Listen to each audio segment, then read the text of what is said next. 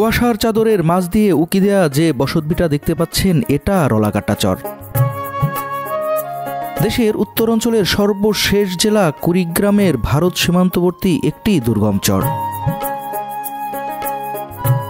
এই চরের মানুষ আধুনিক সভ্যতা থেকে পিছিয়ে আছে কয়েক গুণ।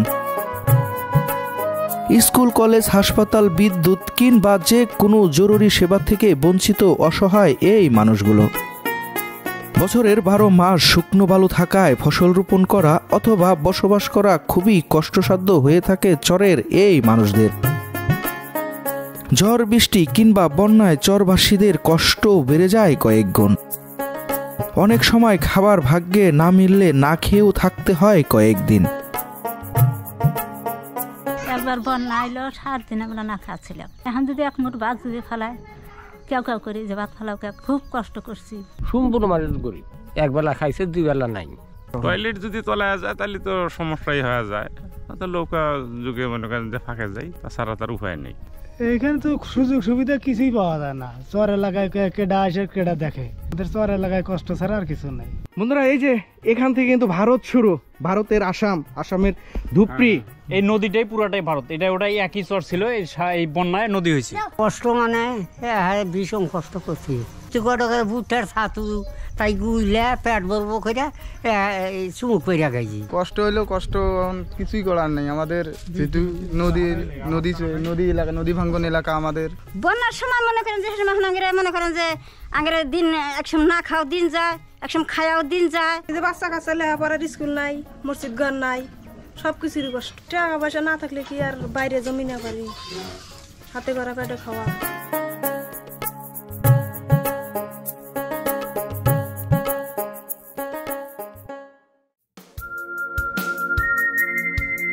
আগের রাতে আমি চলে এসেছি দেশের উত্তরাঞ্চল কুড়িগ্রাম। ঘুম থেকে উঠেই চলতে শুরু করলাম সামনের দিকে।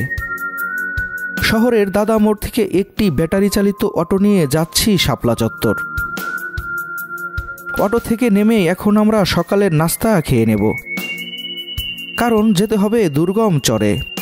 খুব তাড়াহুড়া করে সকালের নাস্তা শেষ করে আমাদের গাড়ি নিয়ে আবার চলতে শুরু করলাম যাত্রাপুর খেয়াঘাটের উদ্দেশ্যে। শহরের গণ্ডি পার হয়ে গ্রামের পিচডালা রাস্তা দিয়ে যেতে যেতে চোখে পড়ল তিস্তা ব্রিজ।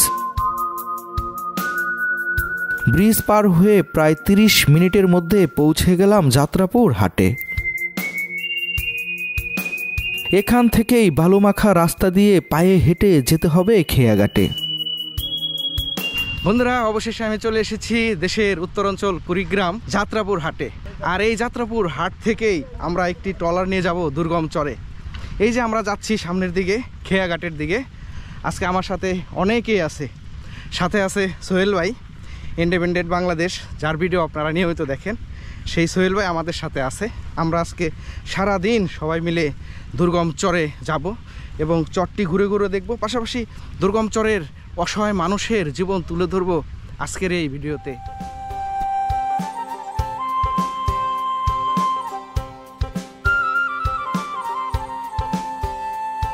বন্ধুরা, আমরা খেয়াঘাটের দিকে যাচ্ছি। দেখুন, এরকম বালুর চর জাগছে। সেই বালু চর দিয়ে আমরা হেঁটে যাচ্ছি। আমাদের প্রায় 1/2 কিলোমিটার হাঁটতে হবে।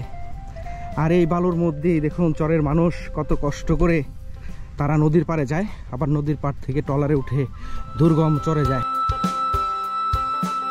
দুর্গম চর থেকে আসা চরবাসীরা জীবনের প্রয়োজনে শহরে আসতে প্রতিদিন পায়ে হেঁটে পাড়ি দিতে হয় এই বালুভূমি। কেন? বালুর জন্য খুব কষ্ট হচ্ছে। নাই আর ঘোড়া গাড়িয়ে নাই, ভাসতি হয়। বন্ধুরা, যাত্রাপুর ঘাটে যাচ্ছি আমরা হেঁটে। এতটাই বালু যে হাঁটাও যাচ্ছে না। এই যে আমরা দেখতে পাচ্ছি এখানে যারা নদী পার হয়ে শহরের দিকে যাচ্ছে তারা খালি পায়ে যাচ্ছে, কারণ জুতা পরে এই বালু দিয়ে যাওয়া যায় না। আসলে চরের মানুষগুলাই এরকম কষ্ট করে তারা শহরে কিংবা চরে যাতায়াত করে থাকে। স্বচ্ছ বালি দিয়ে যতই হাঁটতেছি রাস্তা যেন শেষ হচ্ছে না। বন্ধুরা, প্রায় 40 মিনিট এরকম বালুভূমিতে হেঁটে অবশেষে আমরা সেই যাত্রাপুর খেয়াঘাটে পৌঁছে গেছি। এই যে দেখতে পাচ্ছেন, এটি যাত্রাপুর খেয়াঘাট। এখান থেকে বিভিন্ন চরের মানুষজন আসে, এখান থেকে তাদের দুর্গম চরে যায় এবং শহরের প্রয়োজনে কিন্তু তারা এখান থেকে নেমে আবার শহরে চলে যায়। এখান থেকে আমরা এখন একটি ট্রলার নিয়ে যাব সেই দুর্গম চরে। এই যে খেয়াঘাটটি দেখতে পাচ্ছেন, এটি যাত্রাপুর খেয়াঘাট। আর এখান থেকে একটি ট্রলার ভাড়া করে যাব দুর্গম চরে। বন্ধুরা, আমরা অবশেষে ট্রলার ভাড়া করে ফেলছি। এই যে ট্রলার দেখতে পাচ্ছেন, এই ট্রলারেই যাব সেই দুর্গম চরে। আর আজকে আমার এই ঘাট থেকে দুইটি ভাই কিন্তু আমাকে সহযোগিতা করতেছে। এই যে ভাইদের সাথে এখান থেকেই পরিচয় হয়েছে। আসলে বাইরে কিন্তু আমাদেরকে অনেক সহযোগিতা করতেছে এবং এই নৌকা থেকে শুরু করে এই ঘাটে সমস্ত কিছুই, যত ধরনের সহযোগিতা এই দুই ভাই আমাকে করছে। বন্ধুরা দেখতে পাচ্ছেন, এই ট্রলার নিয়েই আমি সেই দুর্গম চরে যাব। এই ট্রলারটি ওই ভাইয়েরা আমাকে ব্যবস্থা করে দিছে। আসলে এইখানকার প্রত্যেকটা মানুষই, তাদের মন বিশাল। ট্রলারে উঠে আমি একটু অবাক হলাম, কারণ এরকম ট্রলারে এর আগে আমি উঠিনি। বন্ধুরা, আমি এমন একটি ট্রলারে এখন উঠছি, এরকম ট্রলার এর আগে আমি কখনো দেখিনি। এখানে কিন্তু ইচ্ছা করলে আপনারা শুয়ে শুয়েও বিভিন্ন চর ঘুরতে পারবেন এবং চর দেখতে পারবেন। এই যে ট্রলারটি একটু দেখাই, এই যে দেখুন, দেখতে পাচ্ছেন এখানে কত বড় একটি ঘাট পাতা আছে। ইচ্ছা করলে দুইজন ঘুমিয়ে কিন্তু যাওয়া যায়। অবশেষে আমাদের ট্রলারটি চলতে শুরু করলো তিস্তা নদীর বুক চিরে। চারপাশ থেকে ভেসে আসা শীতল বাতাস আর স্বচ্ছ টলটলে তিস্তা নদী দিয়ে ভাসতে ভাসতে ছুটে চলেছে আমাদের ট্রলার। যেতে যেতে সময় যেন আর যাচ্ছে না। তাই তো আমরা গল্পগুজব, আবার একটু শুয়ে কিংবা বসে চারপাশের নদী ভাঙা আর ছোট ছোট বালুচরের অপার সৌন্দর্য দেখে নিলাম। বন্ধুরা, আমরা দুর্গম চরে যাচ্ছি আর এই ট্রলারে প্রায় 1 ঘন্টা কিন্তু হয়ে গেছে। আসলে আমরা যে দুর্গম চরে যাচ্ছি সেটি এতটাই দুর্গম যে আমার কাছে মনে হচ্ছে যে এইরকম দুর্গম চরে এর আগে আমি কখনোই যাইনি। রাস্তা যেন শেষই হচ্ছে না। এখন দুপুর হয়ে গেছে, তারপরেও কিন্তু আমরা সেই দুর্গম চরে এখনও পৌঁছাইতে পারি নাই। এই যে দেখতে পাচ্ছেন কি পরিমাণ ভাঙনটা ভাঙতেছে এই চরে। আসলে এই চরের মানুষ সত্যি সত্যি খুবই অসহায়।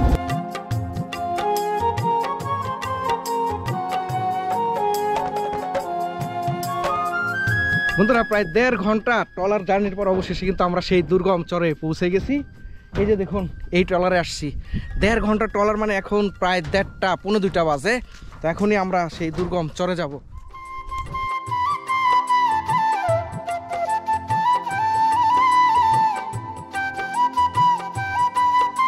বন্ধুরা দেখতে পাচ্ছেন, সেই দুর্গম চর থেকে এরকম লাকড়ি নিয়ে তারা যাচ্ছে আরেকটি চরে।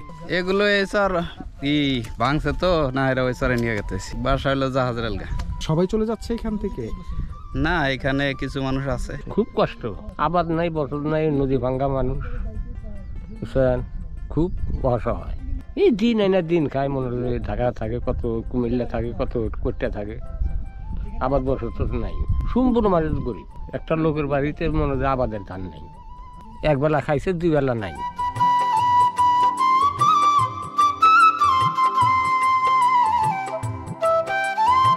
বন্ধুরা, এই যে দেখুন দুর্গম চর। এই চরে মানুষজন বসবাস করে, চতুর্দিক দিয়ে নদী। এই চরে কিন্তু 80% উপরে গরিব মানুষ বসবাস করে। দেখুন, বন্যা হইলে চতুর্দিকে পানি থাকে, এই যে বালু মাটি। আসলে এখানে যারা বসবাস করে শুধু কৃষিকাজের উপরে কিন্তু তারা নির্ভরশীল।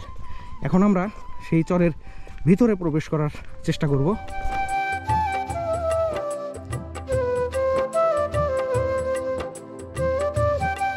জীবন কষ্টের জীবন, খুব সব চলাফেরা, খাওয়া দাওয়া সব কিছুর দিকে অসুবিধে। বন্যা হলে গেলে মনে করেন যে পানি টানি ওঠে, বাড়িতেই বসে থাকি, হয়তো ঘরে থাকি, হয়তো বাইরে থাকি, নৌকায় থাকি। এই অবস্থায় মনে করেন যে চলাফেরা। টয়লেট করেন কিভাবে? টয়লেট যদি তোলা যায় তাহলে তো সমস্যাই হয়ে যায়। হয়তো নৌকা যুগে মনে করেন যে ফাঁকে যাই, তাছাড়া তার উপায় নেই, কবরস্থান নাই এখানে, কিছুই সুবিধা নাই। এখানে নৌকা ভাড়া করে নিয়ে যাওয়া লাগে যাত্রাপুর থেকে এখান থেকে কুড়িগ্রাম যাওয়া খায়, উপায় নাই। মনে করেন যে নৌকা যুগে নিয়ে যায়, এতে অত যার ভাগ্য ভালো থাকে সে বাঁচায়, না হলে করলে মনে করেন যে মৃত্যুবরণ করে সে। ভবিষ্যৎ আর কি, এখন মনে করেন যে স্কুল তো মনে করেন যে আপাতত নাই। ওই চরটা স্কুল আছে, যদি ভাঙে তাহলে ওই স্কুলটা এই পাশে আসবে। এখন আর কি বন্যায় ভাঙ্গা চুরে আসছি, মনে করেন এখন জীবন যেমন কষ্টই আছে আর কি। মনে করেন চলাফেরা, মনে করেন জোর জমা সব ভেঙে চুরে নিয়ে গেছে, খাওয়া দাওয়ার সমস্যা, চলাফেরা একটু অসুবিধাই হয়।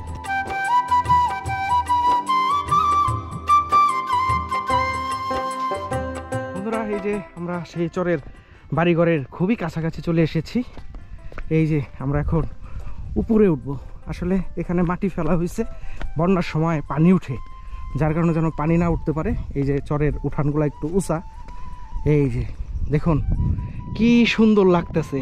আসলে আপনারা লাখ লাখ টাকা খরচ করে দেশের বাইরে যান সুন্দর দৃশ্য উপভোগ করার জন্য, আমরা কিন্তু ফ্রিতেই দেখতে পাই। দেখুন, যখন বন্যা এখানে হবে, পানি থাকবে, তখন কিন্তু সমুদ্রের মতো লাগবে, এক পাশ থেকে আর এক পাশ কিন্তু দেখা যায় না। এটি এরকম এত বড় একটি চর। আসলে এই চর থেকে শহরে যেতে সময় লাগে কিন্তু প্রায় 2 ঘন্টার মতো।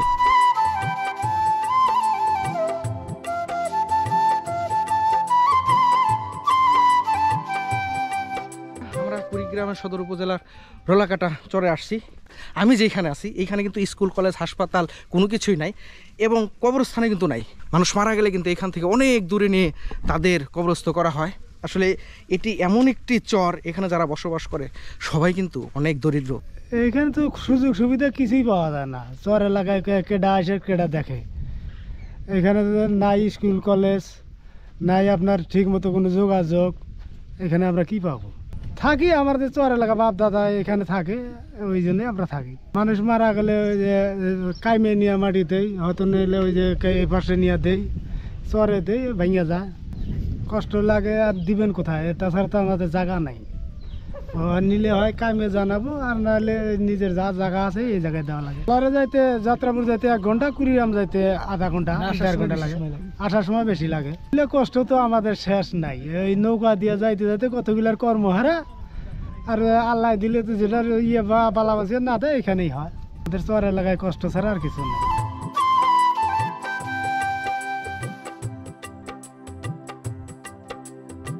বন্ধুরা, চরের এমন একটি জায়গায় এখন আমি যাচ্ছি, সেই আজ থেকে 20 বছর আগের কথা মনে পড়ে গেল, যখন আমরা ডিশ এন্টিনার দেয়া বাড়ির সবাই মিলে টিভি দেখতাম, গ্রামের সবাই মিলে টিভি দেখতাম। সেইভাবে কিন্তু এই চরে একটি বাড়িতে সবাই মিলে রাতের বেলা টিভি দেখে। এই গ্রামে কিন্তু একটি টিভি রয়েছে। এই যে ঘরটি দেখতে পাচ্ছেন, এই ঘরে কিন্তু সন্ধ্যাবেলায় তারা সবাই মিলে এখানে বসে টিভি দেখে। দেখুন, এই যে টিভি চলতেছে, হ্যাঁ, এখানে কিন্তু সবাই মিলে তারা টিভি দেখে। জায়গাটা একটু দেখুন, ফাঁকা জায়গা, কত সুন্দর লাগতেছে। আসলে আমাদের কাছে সুন্দর লাগতেছে, আসলে ওনাদের কাছে কিন্তু অনেক কঠিন। বন্ধুরা, এই যে এখান থেকে কিন্তু ভারত শুরু, ভারতের আসাম, আসামের ধুপড়ি। এই যে ঘর দেখতে পাচ্ছেন, এই ঘরে এলাকার সবাই মিলে টিভি দেখে। যেহেতু এলাকায় কোনো টিভি নেই, এখানে টিভি আছে। এই যে টিভি চলতেছে, দুর্গম চরে ডিশ চলতেছে। হ্যাঁ, আসলে এরকম মরুভূমি এলাকার মধ্যেও যে ডিশের ব্যবস্থা হয়েছে, প্রযুক্তি আসলে কত দূর চলে গেছে দেখতে পাচ্ছেন।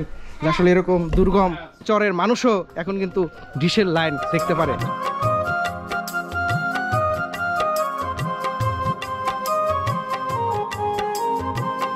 আমরা এটা করছি, মানে সবাই মিলে খবর দেওয়ার কোনো জায়গা নাই, সেই জন্য আর কি এটা ব্যবস্থা করছি। সবাই রাত্রে এসে বসে খবর দেখে, এই জন্য আর কি এই জায়গাটা করছি। আইসা বাড়িতে চা জাল দিই, চা খায়, তাছাড়া তো আর কোনো বুদ্ধি নেই। যেহেতু নতুন বাড়ি করছি, বাড়ি ছিল আমাদের ওই চরে, ওই ওটাও রলাকাটা বলে আর কি, ওইখান থেকে ভাঙ্গে এখন নতুন চরে আসছি, এটাও একটা রলাকাটার চরে আর কি। খুবই একটা আনন্দই লাগে, কিন্তু আগে তো ওইরকম ভাবে ছিল না। যে এখন তো প্রায় মনে হয় যে সবার বাড়িতে টিভিও নাই, ওই যে হঠাৎ ক্ষতি হয় 2-1 বাড়িতে। এই জন্য আমরা ব্যবস্থা করছি, মানুষ অনেকে খবর দেওয়ার জন্য খুব আগ্রহ। তাই যাই হোক, এর আগে বিদ্যুৎ ছিল, এখন কিন্তু বিদ্যুৎ নাই। জরুরি আমরা চেষ্টা করতেছি বিদ্যুৎ আনার জন্য, কিন্তু বিদ্যুৎটা আমাদের জরুরি দরকার। এখান থেকে এই যে ½ কিলো, এই নদীটাই পুরাটাই ভারত। ওটাই একই চর ছিল, এই বন্যায় নদী হয়েছে।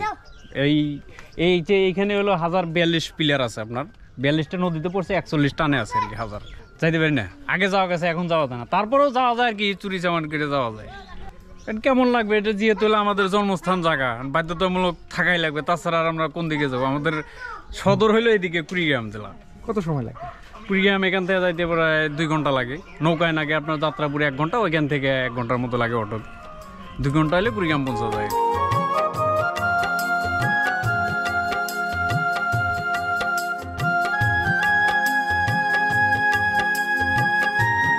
বন্ধুরা এই যে চরের আরেকটি বাড়িতে চলে এসেছি, দেখুন বাড়িটির পরিবেশ কত সুন্দর লাগতেছে। এই পাশে ফাঁকা জায়গা, নদী, আর নদীর ওই পাশেই কিন্তু ভারতের আসাম।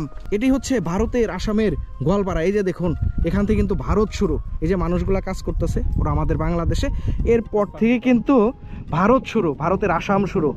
দেখতে পাচ্ছেন যে আমরা যে চরে আছি তারা কষ্টে থাকলেও সুন্দর জায়গায় তারা থাকে, মুক্ত বাতাস তারা পায়, এবং যখন বন্যা হয় তখন কিন্তু তাদের কষ্ট কয়েক গুণ বেড়ে যায়, চতুর্দিকে পানি থাকে।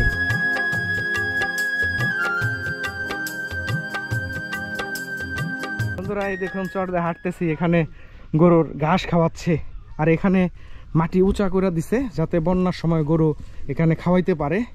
এই যে চরের আরেকটি বাড়িতে এসেছি, এই যে দেখুন বাড়িঘর, দেখুন ভাঙা চূড়া বাড়িঘর, টিনের বাড়ি।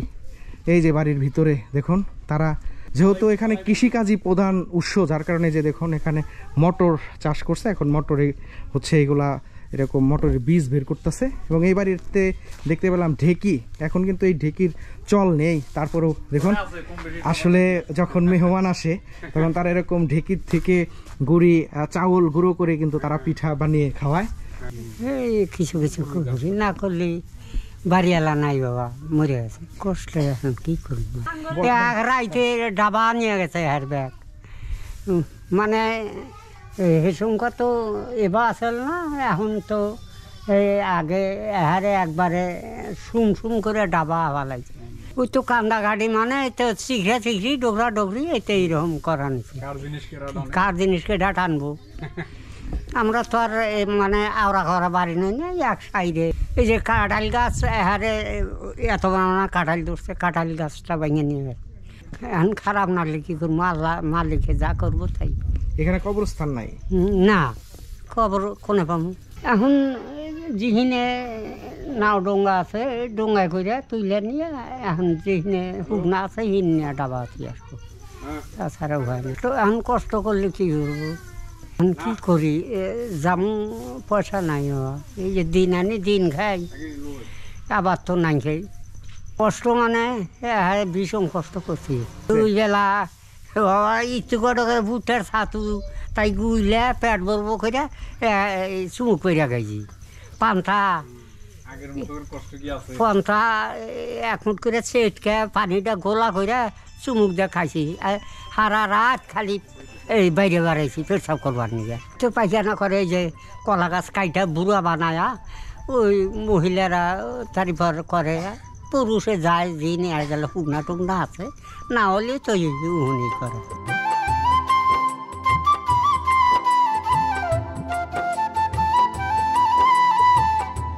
কোনো সুবিধা তো নাকি এখন, টাকা পয়সা না যখন হালি গেলে আমরা কামে অঞ্চলে কিবা করে যাব, যা তোর পথ নাই। এদুলা নিয়াত করি, নিয়াত হয় না, আশা করি খুব যে যাম কামে, পারি না তো কো পাই। ওই যে একটা স্কুল হে ওই সারে থুই আছে আঙ্গর বলা, হ্যাঁ এই যে বোবা কি করবো। মসজিদ আছে না, কিছুই নেই। মনে করেন যে একবার বন্যা আইলো, 7 দিন আমরা না খাচ্ছিলাম।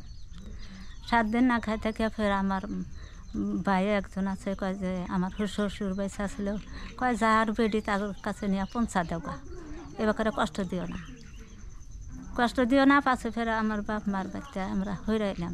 আমার শ্বশুর তো কি কান্দন, তা আমি হইরাইলাম। আমার হইরে তারা আশীর্বাদ দিও না। 9 শহের একটা গরু আছিল, বেয়েছে 3 কেজি আডা, 3 কেজি চাল দিছে। মনে পড়ে না, এখন যদি 1 মুঠ ভাত যদি ফেলায়, কেউ কেউ করি যে ভাত ফেলাও, কেউ খুব কষ্ট করছি। হে কষ্টের শেষ নাই। এই বন্যার মধ্যেই, এই বন্যার মধ্যে চহি জায়গায় বের করি বাচ্চায়, চহি জায়গায় না খাম পাই না, সেই জন্য উৎসাহ করে চহি বানা দিবার কই। সেই চহি জায়গা আর মধ্যে ফের ওটাও হারি না। আজান তো এই দেশে আইসে হিনে আইসে হেরে আজান টাজানের ভাত পাই না, আমরা কিছুই বুঝি না। মসজিদ না থাকলে গেলে কীভাবে নামাজ পড়বো, মুরব্বীরা তো যাওয়া পারে না।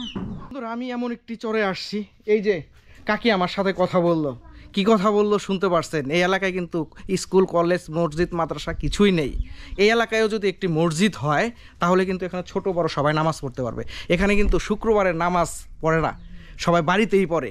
আসলে এইরকম জায়গায় মসজিদ নাই। বন্ধুরা, আপনারা তো অনেক জায়গায় সহযোগিতা করেন, আমি চাবো যে এই গ্রামেও একটি মসজিদ হোক, আপনারা সহযোগিতা করবেন। আমি নাম্বার দিয়ে দিব এই চরের যে কোনো একজনের, তার মাধ্যমে অবশ্যই আপনারা সহযোগিতা করবেন। এবং আমি চাই যে এখানে একটু মসজিদ হলে ছোট ছোট বাচ্চারাও যেন নামাজ পড়তে পারে এবং মাদ্রাসায় পড়াশোনা করতে পারে।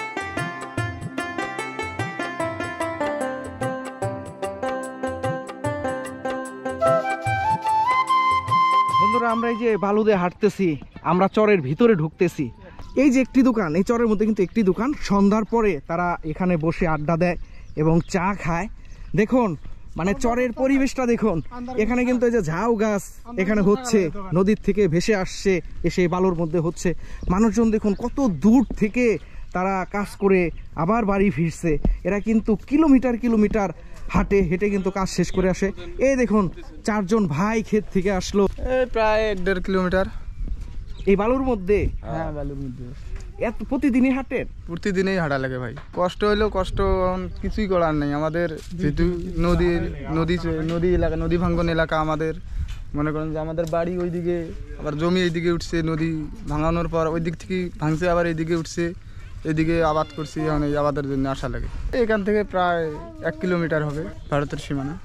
আপনারা তো ওইদিকে যেতে পারেন না? না না, ভারতে তো যাইতে পারবো না, আমাদের ওই নিয়ম নেই যে ভারতে যাবো না। ওই ধরনের কোনো সমস্যা হয় না আমাদের, মানে বর্ডার গার্ড, ওইদিকেও বর্ডার গার্ড আছে, বাংলারও বর্ডার গার্ড আছে, আমরাও ভারতে যাই না।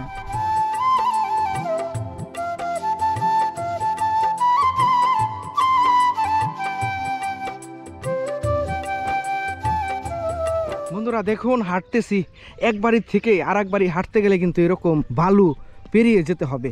এখন শীতের সময়, এখন কিন্তু আমরা হাঁটতে পারতাছি।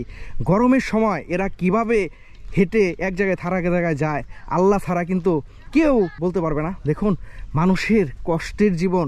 চরের ভিতরে আরেকটি বাড়িতে এসেছি, দেখুন তারা বাড়িঘর ঠিক করতেছে। কি দিয়ে ঠিক করতেছে?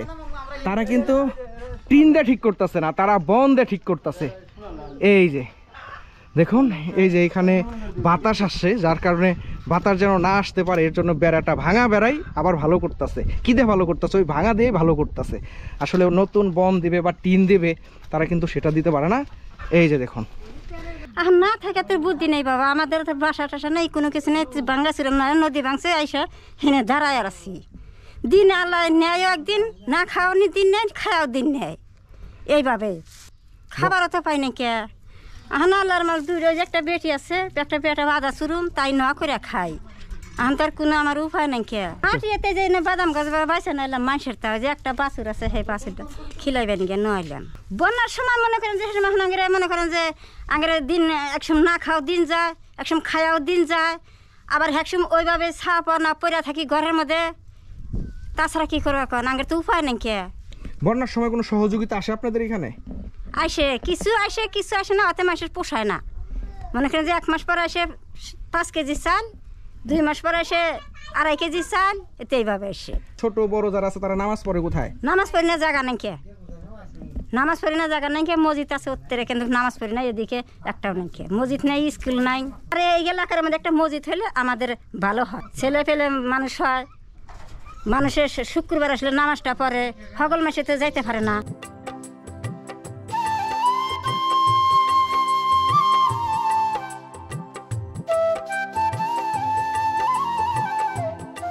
বন্ধুরা, এই যে চর দিয়ে হাঁটতেছি, এই যে দেখুন বালি মাটির মধ্যে, বালি মাটি গর্ত করে কিছু পলি মাটি বের করে কিন্তু সেখানে কিন্তু এই যে সবজি চাষ করছে। এখানে পেঁয়াজ বুনছে, এইখানে শাক বুনছে। এইরকম বালু মাটি, কিলোমিটার কিলোমিটার বালু মাটি, যার কারণে সবজিও কিন্তু হয় না। এই যে একটি ঘর দেখুন, দেখতে পাচ্ছেন ঘর ভাঙা চোরা, 2টি ঘর এই দিক দিয়ে ভেঙে গেছে। এই যে, আর এই যে ছোট্ট ঘর, এখানে সম্ভবত রান্না করে। এই যে ঢুকি আমরা, এই যে দেখুন কিসের মধ্যে থাকে মানুষ। এই ঘরটি একটু বাতাস আসলেই পড়ে যাবে। আসলে এই পাশটা আপনাদেরকে একটু দেখাই। এই যে দেখুন, মনে হচ্ছে যে আপনি কোনো মরুভূমিতে চলে এসেছেন। এইরকম চর, এরকম বালু মরুভূমি কিন্তু আমি এর আগে কখনোই দেখিনি। আর সামনে দেখতে পাচ্ছেন ওটা হচ্ছে ভারতে পড়ছে, ভারতের আসাম রাজ্যে পড়ছে। এটি আসলে বাংলাদেশের শেষ সীমানা এবং বলা চলে এই বাড়িটি বাংলাদেশের শেষ বাড়ি।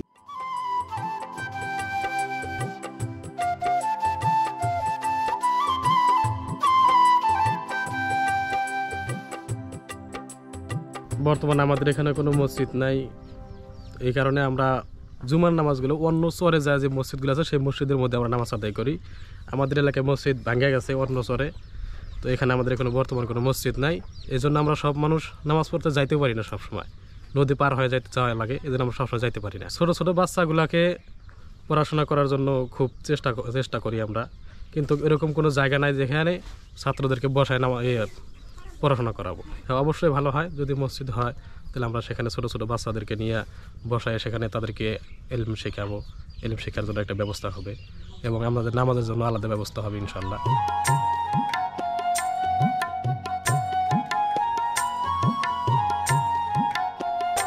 এই যে পেছনে যে ঘরটি দেখতে পাচ্ছেন, যে বাড়িটি দেখতে পাচ্ছেন, এটি কিন্তু বাংলাদেশের শেষ বাড়ি। পাশেই ভারতের আসাম অবস্থিত, আর এটি হচ্ছে কুড়িগ্রাম জেলার সর্বশেষ ভারত সীমান্তবর্তী সর্বশেষ বাড়ি এটি।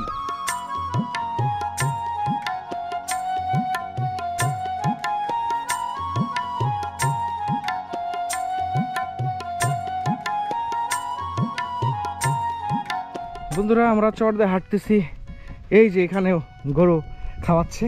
গরুগুলা দেখুন শুকনো, আসলে এখানে বালুভূমি থাকার কারণে এখানে ঘাসও পায় না, যার কারণে এই যে দেখুন গরুর অবস্থাও কিন্তু ভালো না, শুকিয়ে গেছে।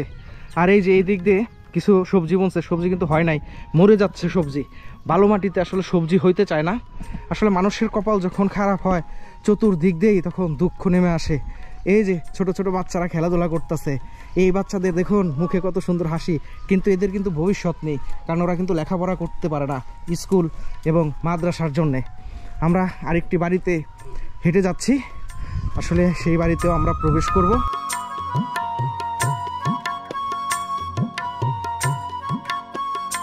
বন্ধুরা এই যে বাড়িতে প্রবেশ করে দেখতে পেলাম একটি বোন এখানে বাদাম সিদ্ধ করতেছে। আসলে বাদাম সিদ্ধ করে যে কি করবে সেটা আমি জানি না, আসলে বাদাম আমরা ভাজা ছাড়া আর ওইভাবে কখনো খাইনি, যার কারণে অভিজ্ঞতা নেই। আমি এই বোনের সাথে একটু কথা বলবো। এখানে কি করতেছেন আপা? বাদাম সিদ্ধ করতেছি। এটাতে কি করবেন? খাম। এটা কিভাবে খায়? ছিলা খায়। ও আচ্ছা আচ্ছা, সবাই মানে বাসার সবাই খাবেন না? বাদাম কি আপনাদের ক্ষেতের? আপনারা বাদাম চাষ করছেন এখানে না? করছি। বালুর মধ্যে হয়, ভালো মাটিতে হয়, চাষ করলে যেরকম মাটি ওইরকম চাষ করে, নৌকাজ করে। মেলা কষ্ট, যেমন এই যে বাচ্চা কাচ্চা লেখাপড়ার স্কুল নাই, মসজিদ ঘর নাই, সব কিছুরই কষ্ট। জায়গা বাসা না থাকলে কষ্টই, টাকা পয়সা না থাকলে কি আর বাইরে জমি না পারি, হাতে করা কাটে খাওয়া। না মসজিদ আসছিল, আর এক লোক যে ওই যে পূর্ব জলে বাড়ি নিয়ে গেছে, ওরা নিয়ে গেছে মসজিদ। এখন তো নাই? না এখন নাই। তাহলে এখন আপনার শুক্রবারে নামাজ পড়ে কোথায়? ওই চরে যায়, না হলে ওই চরে যায়। বাচ্চারা যাইতে পারে? বাচ্চারা কি যাইতে পারে, কষ্টের না।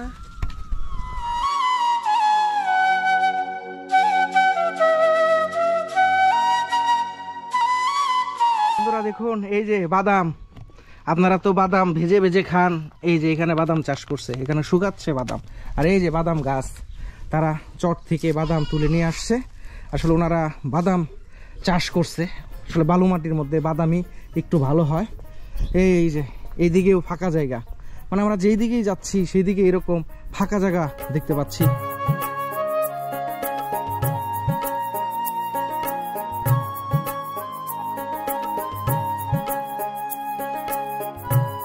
আমার পেছনে দেখতে পাচ্ছেন ভারতের আসাম, আর আমি এখন আছি বাংলাদেশের কুড়িগ্রাম জেলায়। আসলে দুই দেশের সীমান্তবর্তী চর এটি। আমরা এদিকে আর যেতে পারবো না, এদিকে ভারতে পড়ছে।